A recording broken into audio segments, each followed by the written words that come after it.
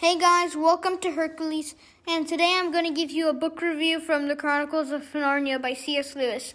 To be more specific, I will give you a book review on The Voyage of the Dawn Treader by C.S. Lewis, Book 5 of Chronicles of Narnia. Keep caution, because, spoiler alert, in this book review, I won't give away the entire book. I'll only give you the facts that will make you have a strong opinion about this book. Yeah, so before we begin, for those who have not watched all of my book reviews in order, like from 1, 2, 3, and 4, I really suggest you guys do that because what I'm saying will be gibberish to you. So I just suggest you do that before watching the rest of this video. So our book begins when two of the pensive children, Lucy and Edmund, go to their cousin Eustace's house. And I'm not saying 4 because the other two pensives are apparently doing some schoolwork during the summer holidays and some out-of-school work, so they're just tied up in that work.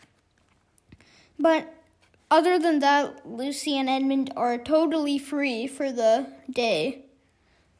So Lucy and Edmund have to go to their cousin Eustace's house, as what I said. And as I said, and apparently Eustace doesn't really like Lucy and Edmund talking about Narnia. He thinks it's some children's game and Narnia's not real. Well, of course it's real, except he's never been there. So when Lucy and Edmund come, Eustace wasn't happy that they're still gloating about the Narnia, and then they're like, what a Narnian boat on there. And then they're like, that's a little silly little game. And then Lucy got furious with Edmund, and then Lucy jumped through the painting to prove it, and Lucy actually disappeared to the sea part of the painting. And then Edmund's like, that's a passageway to Narnia, I'm in too. And he jumps through and he makes it out near the seaport too. And then Eustace is like, what's going on here? Okay, I'll just ride the bandwagon and do that too. And apparently they all came into the same place. So here's just them falling into the painting of an Narnian ship.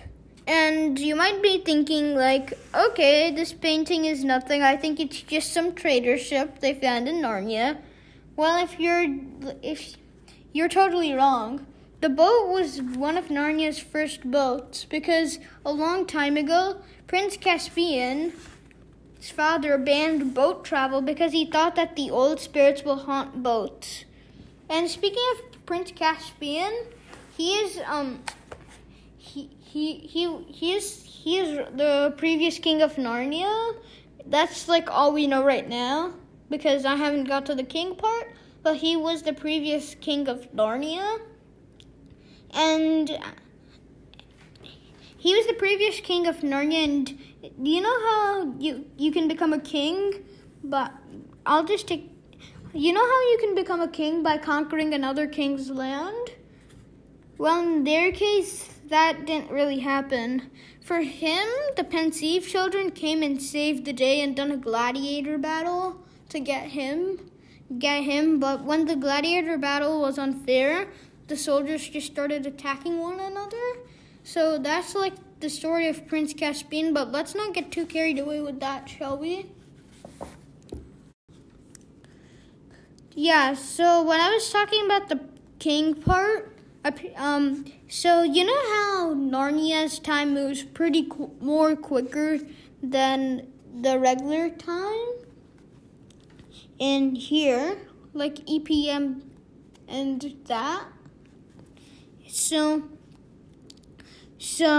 you might be thinking that Caspian's over. It's been like a long time. Caspian is not going to be here. But because of some time glitch, which King Miraz done right before he died, he aligned the two worlds' time almost as the same, and it's been 3 years since Caspian has been crowned king in this book.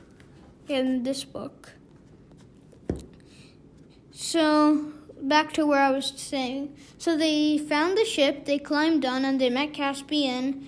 And as you see in this photo, the person in a black shirt, his name is Estus, as I was telling you, that cousin. He's had a lot of displeasure on getting onto the ship. He's like, let me go back, I don't like it. And then Caspian just gets confused on how they came. Who's this kid? Why is he saying let me go and all of that? And Lucy and Edmund just explained, and Stu starts to realize that they're not kidding with this Narnia thing.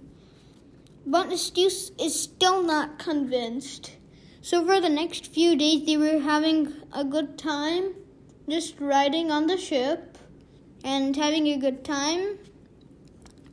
Until one time, there was like this big storm. They had no food, and then they were wishing for land. And and they don't know like all modern products, and there was no wind, so they didn't know and they had no wind, like I said. And they're pretty much Amish people. They don't know about modern technologies. They're pretty much Amish, other than talking animals and lots of magic.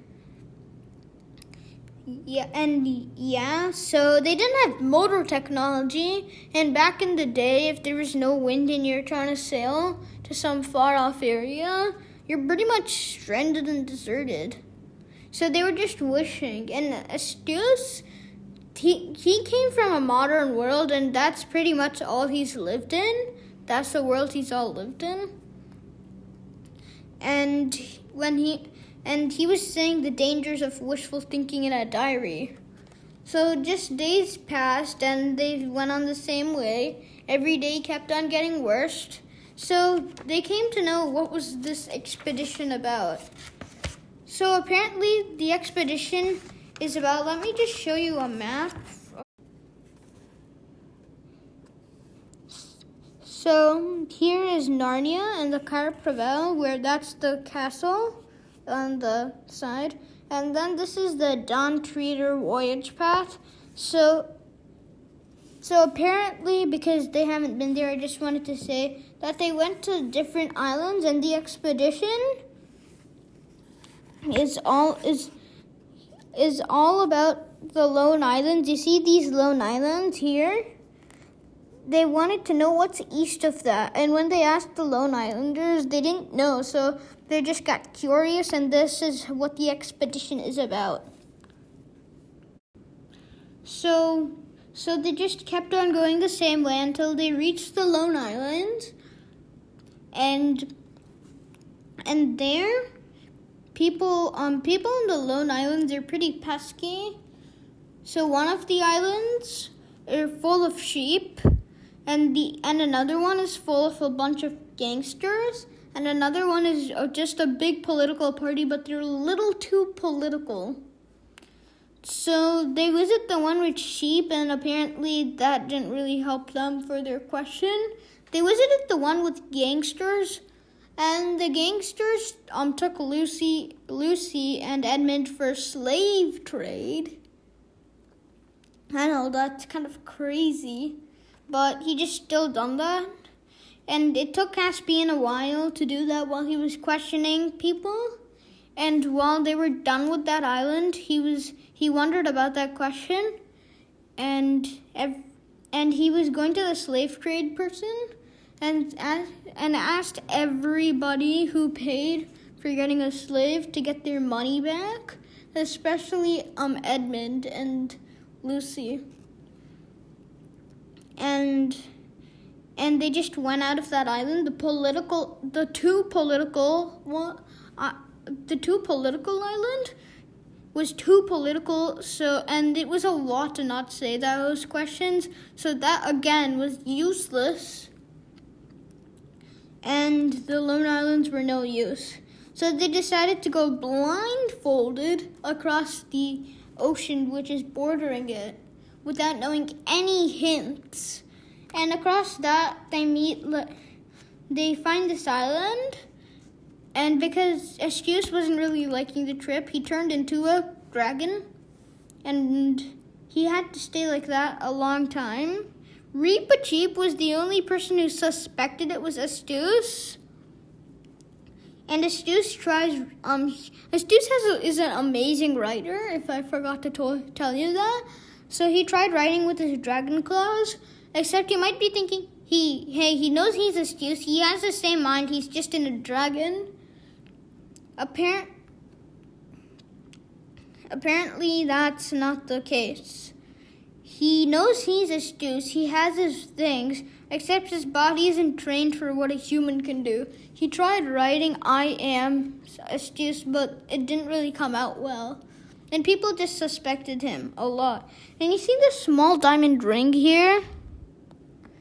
That's actually from one of the 7 Lords' rings, and also the expedition is about seeing them. And they just got sus if the dragon actually killed it, and they decided the next morning the dragon would be terminated for what he had done. But over the night, remember Aslan the god, the Narnian god right here, the big lion? Yeah, so Aslan came, and as Estius was describing it, he was telling Aslan was telling Estius to do that cool things lizards can do, shed their skin a lot, and Estius came back, and there was no dragon. And Estius told everybody the story, and they believed that the dragon wasn't sus anymore. And yeah, they went blindfolded again. And Edmund said that I used to be like you, but I changed because I learned that anything can be possible, even when you're in a different world with a bunch of people who are trying to kill you. And then Estius learns how to be a better person. And you know a serpent? One of those attacked the Dawn Trader, and was almost killing everybody. Nope. Well, not killing everybody, but many were wounded.